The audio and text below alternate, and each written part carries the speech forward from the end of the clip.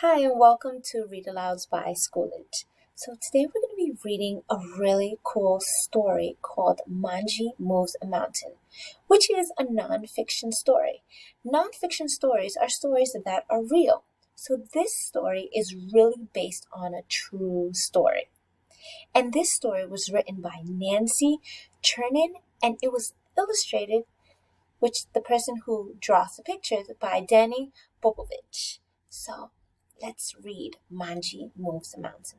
But before we do, I want you to think about what is happening throughout the story and what is the main idea about this story.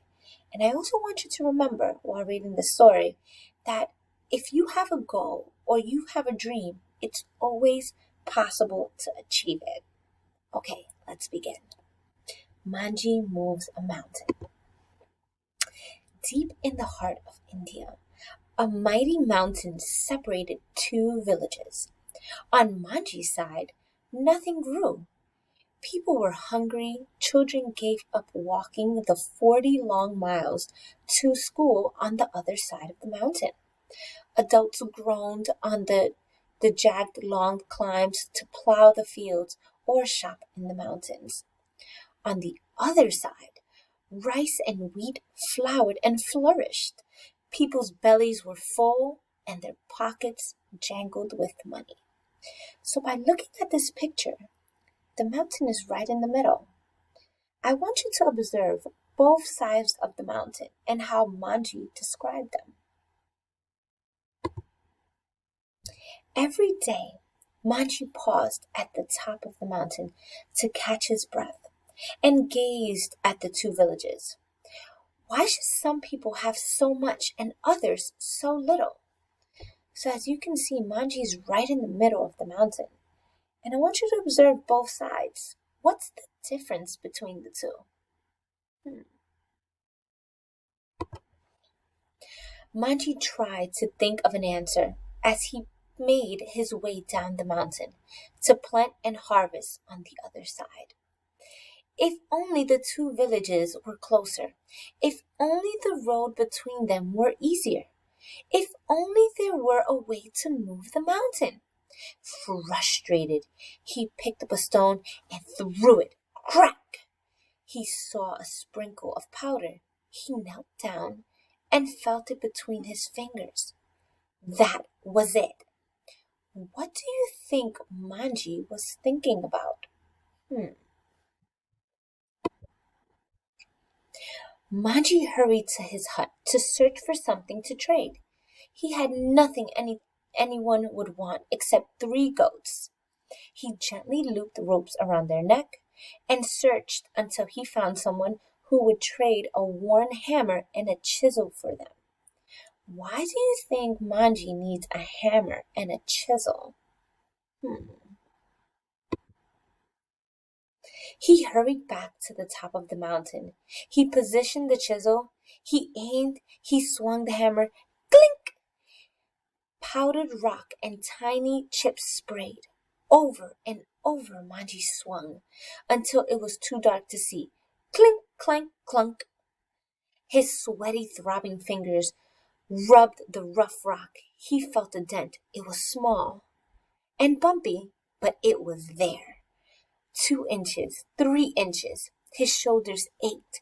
His head pounded, but his heart was lighter. He picked his way down the mountain and across the dirty path. He tumbled into bed. Why do you think Manjhi said, but his heart was lighter?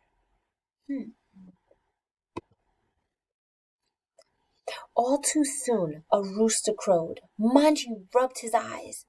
His hands were raw with blisters. Still, he climbed the mountain. He gripped the hammer and pounded the chisel for hours. Hold, swing, hold, aim, and swing. Then he scrambled down to hole, water, and weed on the other side. As soon as he could, he rushed back up. Hold, aim, and swing. Day after day, Manjhi clutched the hammer and chisel. Hold, aim, swing! Night after night, he slid dusty fingers into the hole, measuring 1 foot, 2 feet. After a week, he could crouch inside 4 feet, 5 feet. You're crazy, people told him. A man can't change a mountain. It is there before he's born and after he dies. But Manji could see something they couldn't see. The parting of the mountain in two great halves with a road in between. A road where people could get to work, to market, to school, even to the hospital more easily. Nothing could stop him, not words, not time, not even the mountain, which sent chips and powder tumbling down his shoulders, whitening his hair. Why do you think Manji continues to say 4 feet, 5 feet? What is he doing? A year passed. Every day Manji was a little stronger, and the hole was a little longer and deeper. 10 feet forward, 20 feet forward. 10 years passed. Still, it was too far for children to walk to school. The sick often couldn't get to the clinic in time, and the villagers spent countless hours climbing to work in the fields and shop in the markets. But Manji did not slow down. Hold, aim, and swing. He pushed forward, 30 feet forward, 50 feet forward. The sides of the hole lowered over his body. Give me a thumbs up or a thumbs down if Manji is making progress in the mountain. After 15 years, people started to see what he had seen. Adults who had been children when he began marveled. Children who had never known a time when he wasn't striking the mountain watched in awe. How do you think people feel right now on what Manji is doing? 100 feet forward, 200 feet forward. Now each time he returned to his task, Manji could see that helping hands had made the hole a little longer than he'd left it. He found food waiting for him too. Baskets of warm roti dripping with melted ghee, tins of spicy dal tickled his nose. Once he unwrapped a cloth to find a shiny new hammer and chisel glistening in the sun. Wow, I noticed that people were so nice to leave this for Manji because he is working so hard. Wow, that's great. By the 22nd year, his whispers swept through both villages. Every day more people gathered.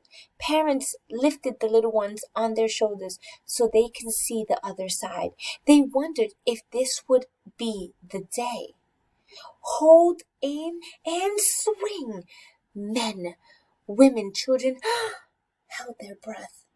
Manji could hear his heartbeat beating as loud as the hammer hitting the rock.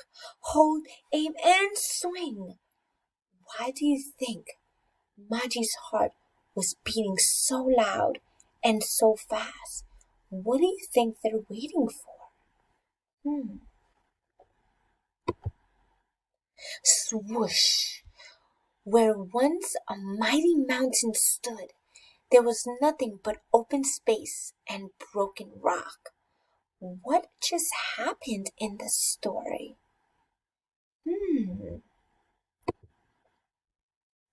Manji looked from one village to the other, but for the first time, there were two villages. There was just one sharing water, hopes, dreams, and a man who had moved a mountain. Wow, this was an amazing story. So I noticed that Manji had a goal. Manji had a dream that two villages can share one thing, that the people from his side of the village can go shop, can go to the clinic, children can go to school. Give me a thumbs up or a thumbs down if you feel or you believe that Manji accomplished his dream. Yeah, Manji accomplished.